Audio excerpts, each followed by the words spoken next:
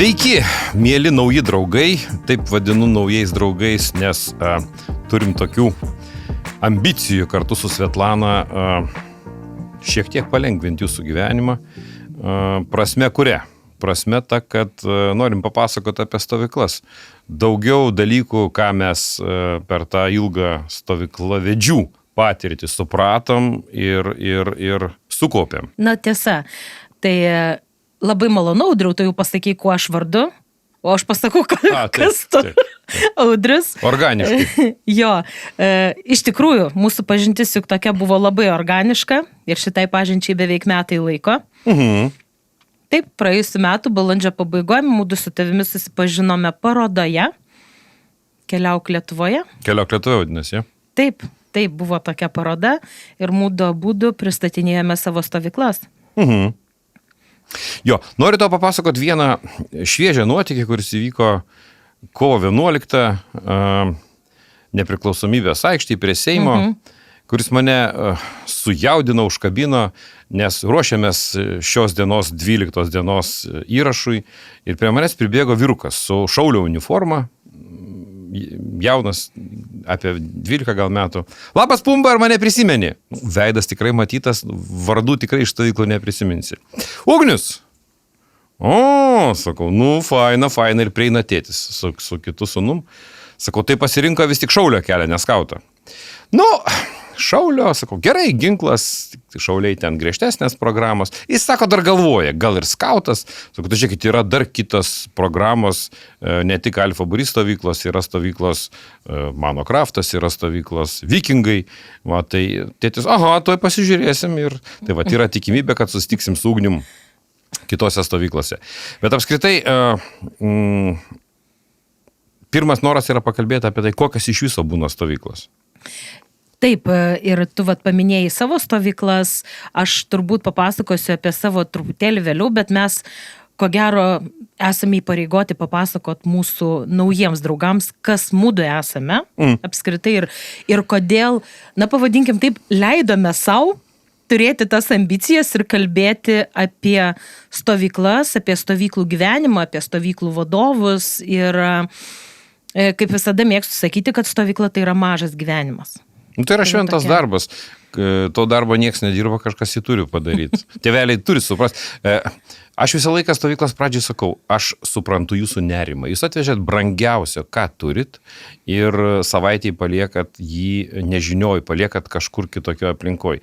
Tai noriu prisistatyti ir tada pokalbis apie tai, kaip aš matau stovyklas, kaip jos vyksta, panašius dalykus, tam, kad tėveliai arba nuspręstų nepalikti vaiko, arba jį drąsiai paliktų ir išvažiuotų, nes iš tikrųjų vaikai yra brangiausias, ką tėvai turi. Tikra tiesa.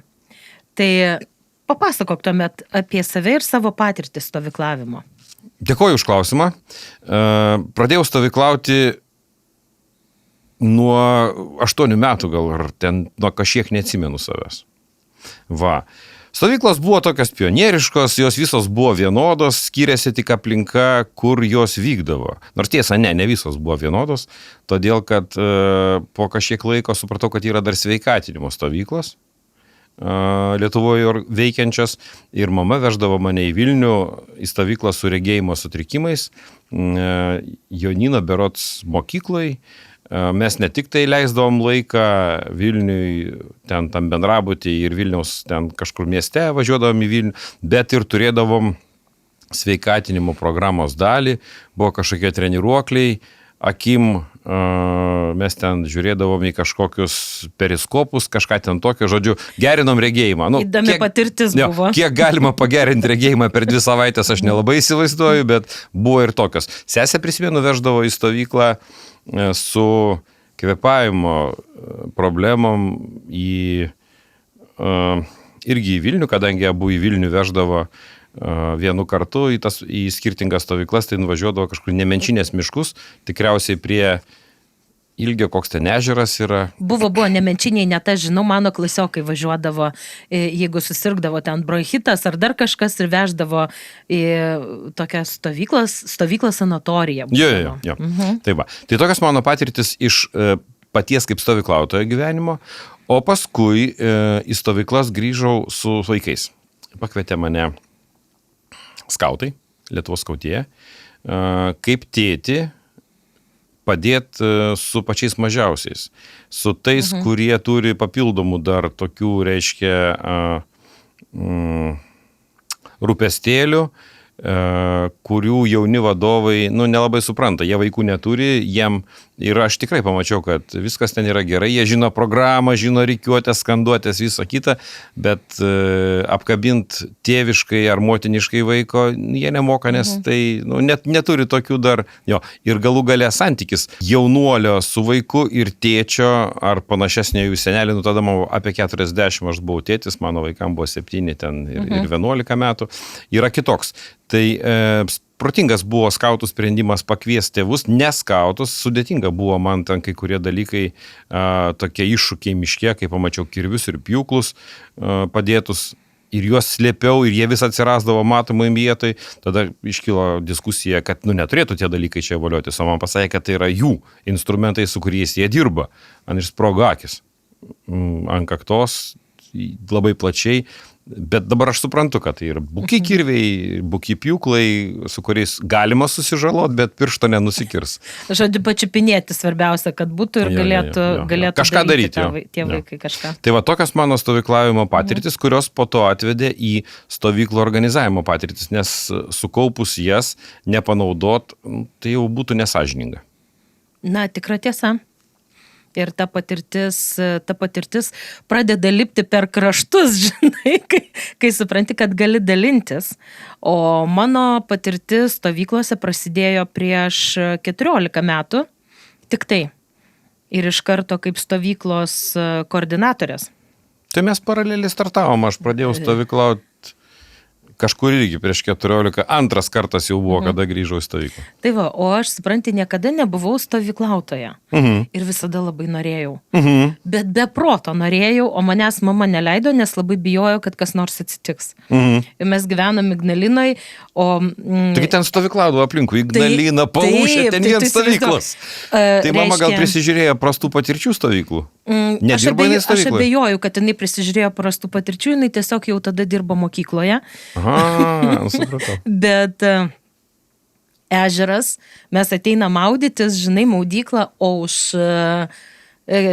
ežero kitame krante buvo berods geležinkeliečių, vadinosi tuomet ta stovykla. Ir jinai tikrai buvo labai gera, labai paklausi ir patekti tuo metu į tas stovyklas nebuvo taip paprasta. Ir žodžiu, likau vis tiek aš be stovyklos, nes mama sakė ne ir ne. Teko laukti, kol man sukako 30 su geru gabaliuku ir aš tapau, žinai, pati stovyklos koordinatorė. Dirbau... bet tapai, tai tikriausiai. Aš dar prisiminiau, kodėl atsidūriau aš toj stovykloj savo pirmoji. Jinai vyko mano miestelį, kur aš gyvenu ir mama buvo medikė toj stovykloj. Tai jau čia, žinai, kaip sako, griekas būtų vaiko nepasimti stovyklą, kaip pats dirbi.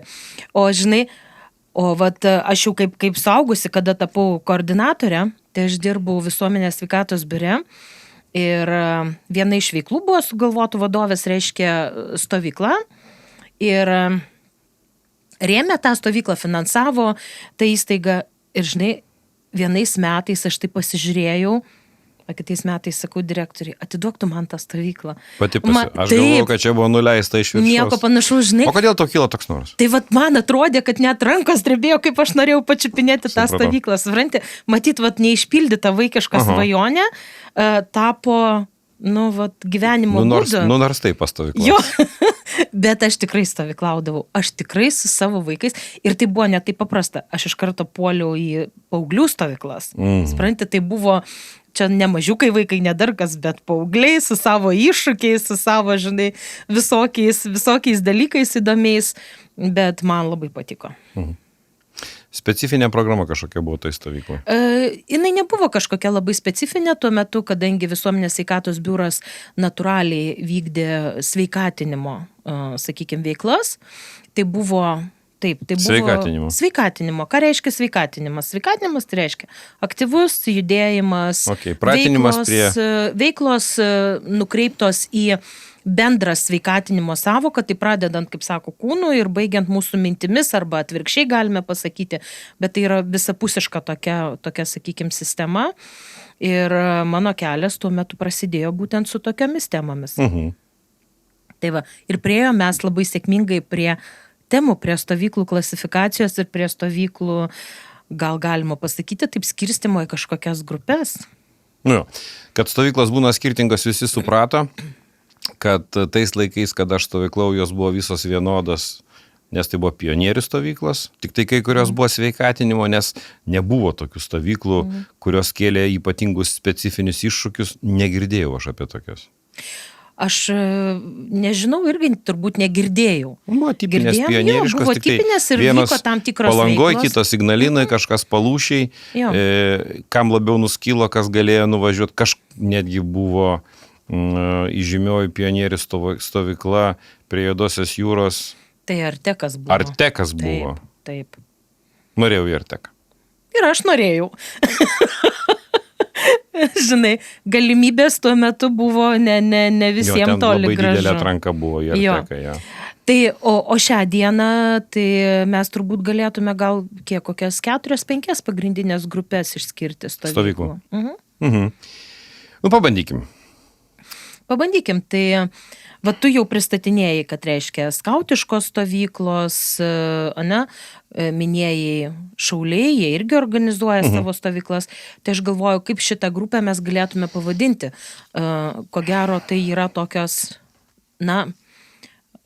išgyvenimo stovyklos, kuriuose moko iš tiesų, kaip išgyventi gamtoje, kaip būti arčiau gamtos, moko disciplinos, tvarkos, turbūt, nežinau, tu ko gero gali labiau pasakyti. Tai aš sutinku su tavim, ar yra Lietuvoje išgyvenimo stovyklos vaikam tokios, visai specifinės negirdėjau, manau, kad atsiras kažkada. Ko ten mokys, ten mokys didelių dalykų, jo. Bet ar vaikam tas bus įdomu? Žinai, paaugliam, ko gero, jo. Man teko girdėti vienų vaikų patirtį, kaip jie pasakoja, kaip skautų stovyklai, tai jie patys sakė, kad išgyvenimo stovykla, nes reikia lietus lyja, palapinė ten sušlapo, dar kažkas, taip, ta prasme, žinai. Jo, iš tikrųjų, skautų stovyklos tąja prasme yra išgyvenimo stovyklos, nes gamta ir gyvenimas yra gyvas ir bet kokiu atveju skautai randa sprendimus ir atsakymus į bet kokį klausimą, nes jie viskam pasiruošia, jie budi. Tai va, būtent, tai sakykime, viena ta grupė, kuri tampa tokia aiški, kokia tai yra ir ką jie veikia. Apie kitos, tai ko gero yra tos stovyklos, kurias organizuoja neformalaus vaikų švietimo mokytojai. Būreliai. Taip, būreliai, kitaip pavadinkim, arba sporto, sakykim, kažkokia yra veikla, galbūt tai net ir labiau, kada profesionaliai treniruoja vaikus, bet tai yra tos stovyklos, kad jeigu, žinai, vaikas lanko visus metus ten krepšinį, futbolą, šokius, ar ten meną, dainavimą. Dziudo ir dziuposlį. Jo, tai atsiranda po to ir vasaros stovyklos būtent tų pačių žmonių organizuotos ir jos yra kryptingai sudėliotos siekiant pastiprinti turbūt vaikų įgūdžius, nes per tą savaitę ar kiek nusimato dienų būti tie, sakykime, stovyklų vadovai ar organizatoriai gali tikrai patobulinti vaikų įgūdžius. Ar matai prasmės tokiuose stovyklose? Žinai, mes turbūt matom kiekvieną savo prasmę, bet negaliu pasakyti, ar aš matau prasmės. Aš su tuo tiesiogiai niekada nedirbau, nesusidūriau. Jeigu galvoti apie vaikus iš vaikų pusės, ką pati žinau ir ką pačiai teko, sakykime, išgirsti, tai vaikai nori vasarą važiuoti, pratęsti tą buvimą, pastiprinti įgūdžius, ypatingai tie, kurie siekia kažko tai, nes, tarkim, dažnai tos stovyklos būna suorganizuotos taip, kad, pavyzdžiui, šokių konkursui ruošiasi kažkokiam. Ar ten dar kažkokiai veiklai, kur iš tiesų reikia komandos dar stipresnio paformavimo, kad vaikai tarpusavį susibendrautų, kad, žinai, turbūt, kaip sako, susigrotų. ir būtų stipresni toje veikloje. Aš matau labai didelę prasme, dabar bekalbėdamas, tiesiog kai ateina vaikas į būrelį, jis būrelį prabūna valandą 2 ir jis vėl išeina į savo aplinką. Šeimą, namus, draugus, o būdamas savaitę stovyklai, kolektyvas klyjuojasi stipriai. Arba klyjuojasi stipriai, arba išsidrasko stipriai. Tai va, tai mes... ir jis turi galimybę suprasti, ar jisai in, ar jisai out iš košės. Kaip vyksta skautų stovyklos, tikros, neskautai neskautam. Skautų stovyklos reiškia, vaikai lanko skautiškas suigas 9 mėnesius nuo rugsėjo ir birželį Liepą išvažiuoja į stovyklą. Vadovai žino vaikus, vaikai žino vadovus, vaikai žino vieni kitus ir tokios stovyklos vyksta sklandžiai, saugiai, organiškai, irgi labai dinamiškai, nes per tos 9 mėnesius bent jau lankydamas suigas vaikas pažįsta savo draugus ir turi galimybę atsiskleisti kitaip, nes tai yra savaitė laiko, pakankamai intensyvios programos miške, pagal amžiaus grupės iššūkiai, kur jo, iš tikrųjų tai yra išgyvenimo stovyklos. Gerai tu sakai, nes mokosi vaikai daugybę dalykų. Tiesiog, žinai, gal kai tu iš šono pasižiūri, gali įvertinti tai, kažkaip, kai tu esi viduj, vertinimas labai sudėtingas.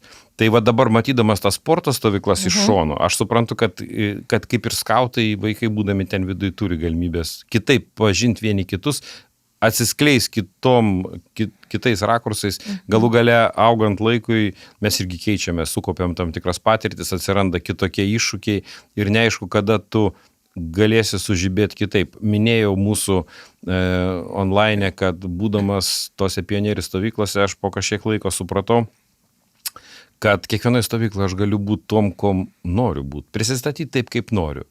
Papasakoti apie save tokią legendą, kokią noriu ir tokį mane priims. Ir tai būdavo. Tai ir vaikams stovyklose aš sakau, žiūrėkit, jūs esat baltas popieriaus lapas, jūsų čia nieks nepažįsta. Gerai, gal kažkas vienas pažįsta, ne? Jeigu su draugu atvažiavai ar su broliu sesė, bet šiaip iš esmės nieks. Galit save pristatyti kaip norit ir tokius jūs priims. Išbandyti save kitokiam ampluo ir pasižiūrėti, o gal jūs jums patiks. Aš prisimenu, tuo metu aš pradėjau pasakoti anekdotus ir būti juokdariu. Ir taip paėjo viskas, kad aš tiesiog buvau juokdarys. Vienoje iš stovyklų gavau pravardę Čiapajevas ir visi klausėsi mane anekdotų. Matyt, jau buvo atšlifuoti įgūdžiai anekdotų pasakojimų, bet savo miestelį aš niekada nebuvau juokdarys, savo aplinkoj. Grįžęs iš stovyklos, aš jau perėmiau tą, reiškia, stovykloje atšlifavau ir pateikiau save kitaip, mane ir ten priėmė. Pastiprinai save ir pakeitai. Žinai, tas tiesa, aš tai pokytį patyriau, kada kraustėmės iš vieno miesto gyventi į kitą paauglystėje. Tai kažkaip taip nesąmoningai irgi priėmiau savo sprendimą, kad to manęsgi čia niekas nežino, aš galiu būti tokia, kokia aš noriu. Tai mes praėjom panašų kelią. Tai žinai, čia iš tiesų ir stovyklos, ta vieta, tu tikrai labai teisus esi dėl to, kad vaikai ten gali būti tokie, kokie nori. Tai mes pasišnekėjom apie 3 jau grupės, ne, stovyklų. 3 stovyklų tipus. Taip, 3 stovyklų tipai, kurie yra. Ir tada turbūt visiškai yra toks stovyklos tipas pramoginis. Kur tai yra tiesiog pramoga ir kaip irgi pernai parodoje vienas iš mūsų kolegų stovyklų, kai mes bendravom, jisai pasakė, kad mūsų stovykla tai yra tokia stovykla, kur, tiesiog stovykla, kurioj fainai. Tai irgi yra savotiška tokia grupė, kur nesiekia kažkokių, sakykime, rimtesnių dalykų, tiesiog nori, kad vaikams būtų labai, labai smagu ir pramogautų. O dabar tu man pasakyk, ar tai yra gerai? Tokios stovyklos turi galimybę būti, nes ir poilsio reikia vaikam. Bet ar tik tokios stovyklos? Tikrai ne. Ar aš savo vaikam rinkčiausi tokią stovyklą? Priklauso viskas nuo tų pramogų, kurios yra. Jeigu tai yra pramogos aktyvios, bet tai tada tikriausiai jau ne visai. Žodžiu, neturiu iki galo savo nuomonės. Žiūrėti reikia į programą. Jeigu programa yra pramogos, o kokios tai pramogos? Skardinių spardymas? Tai jis veda į vieną dalyką, į patyčias. Nes kažkas iš neturėjimo ką veikti susigalvoja veiklos. O man, žinai, kažkodėl kyla tokia mintis, kad šiaip realiai vaikai mūsų daug mokosi, jie užsijėmė, bet visą kitą laiką jie labai daug realiai pramogauja. Ir Netgi nepramogauja, beprasmiškai leidžia laiką tapšnoklės. Gal čia mums taip atrodo, kad beprasmiškai, bet jie pramogauja virtualioje erdvėje, tarkim, ne? Pramogauja, nori pramogų, nori, kad visą laiką būtų linksma. Nepastebėjai? Taip, visi nori to, ne tik vaikai. Jo, tai man, sakykime, ta mintis, kad apie stovyklą vien tik tai pramogą, nežinau, ar aš irgi norėčiau vaikus išleisti į tokią stovyklą. Vien tik pramogauti. Taip. Tėvelių pasirinkimas. Be abejo. Jo. Tai bet tai yra dar vienas stovyklų tipas. Ir yra dar stovyklos, aš žinau, robotikos, prie kokių stovyklų jas priskirti. Jos tokios... Robotikos tai gal tokios ugdomosios labai, aš galvočiau, kad ir jos yra dažniausiai dienos stovyklos.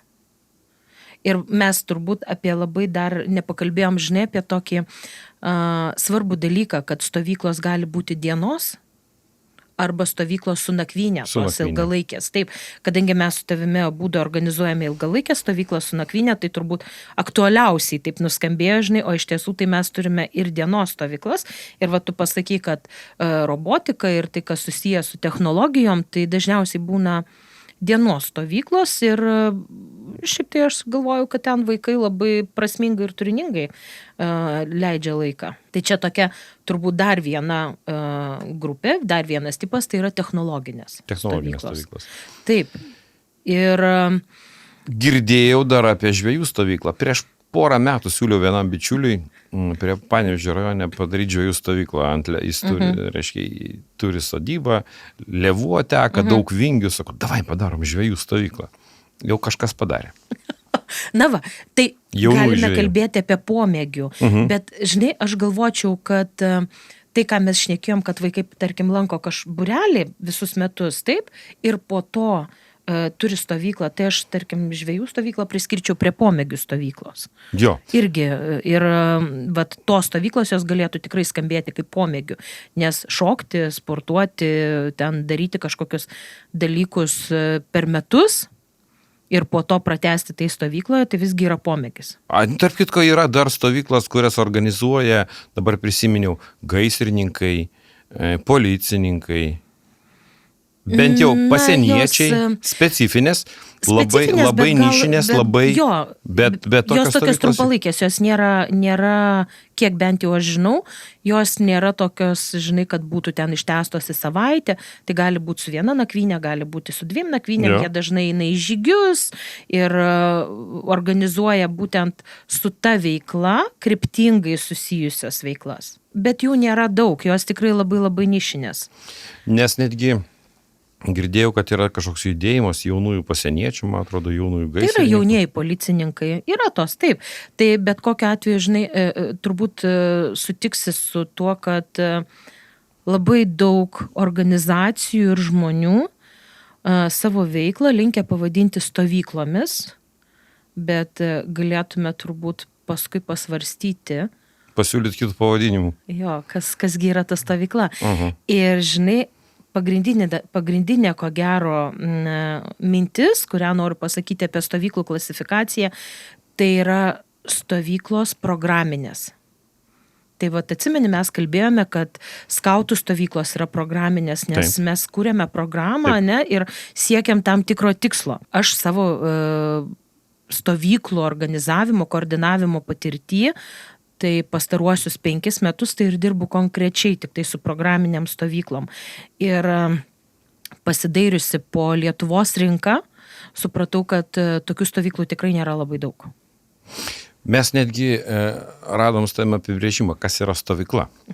Labai įdomus, tai tu papasako, kokios tavo buvo pirmiausia mintis apie tą apibrėžimą. Žodis.eu prieš akį sako, kas yra stovykla. Stovykla laikina kariuomenės stovėjimo buvimo vieta, gyvenant palapinėse ar specialiuose pastatuose, laikinas įsitvirtinimas žygiuojant, žygio metu, laikina gyvenvietė sustojimo vieta. Jo, tai vat pagrindinius dalykus tu ir paminėjai iš tikrųjų, kad stovykla tai yra laikina vieta apsistojimo. Tai mes ir kalbame būtent apie tai, kad kiek dienų yra numatyta, kažkurį laiką praleisti, kažkuris laikas, ar tai diena, ar tai paros, sakykime, laikus skaičiuojant, bet tai yra laikina vieta, kuri gali būti tiek palapinėje, tiek kažkokioje stacionarioje vietoje įrengta. Vis tik tai yra stovykla. Taip, tai dienos stovykla, ar tai tinka pavadinimas, nežinau, ką sugalvot kito ir pasiūlyti, sunkiai tikriausiai prigis, nauja darai. Nu, bet, Svetlana, jeigu mes ėmėmės šito iššūkio, mes kažką sugalvosim. Stovyklavedžių terminą, nors jisai man organiškai ilgą laiką skambėjęs, tau tai buvo stovyklavedys. Nu, tai, žiūrėk, kaip dabar mus pavadins? Stovyklų organizatoriais? Nu, jie organizuoja stovyklas. Aha. O išpildytais, nu, jie išpildo. Bet tai realiai, kada tu stojasi už stovyklos vairo, tu savaitę gyveni tik stovykla. Vienareikšmiškai. Tai savaitę aš gyvenu 11 dienų. 11 tai dienų. apskritai. Aš labai svajoju apie ilgesnės stovyklas. Beje, mėly klausytojai, sekėjai, klausytojai tikriausiai, paprovokuosiu jūs klausimų kiekvienoj savo laidoj, ar mato tikslingumą 10-14 dienų stovyklai. Svetlana daro, aš vis dar ant ribos, nes tam, kad stovykla taptų stovykla, reikia 4 dienų. 4 diena, krizė, lūžis ir tada stovykla tampa organišku, tada jau galima stovyklauti ir mėnesį realiai. Tai vat kažkaip norėčiau sužinoti jūsų nuomonę. Tai manau, kad ties tuo klausimu, Audriau, mes šį mūsų pokalbį ir baigsime. Pirmasis stovyklavedžių pokalbis įvyko. Laukite antro. Iki susitikimo. Viso geriausio.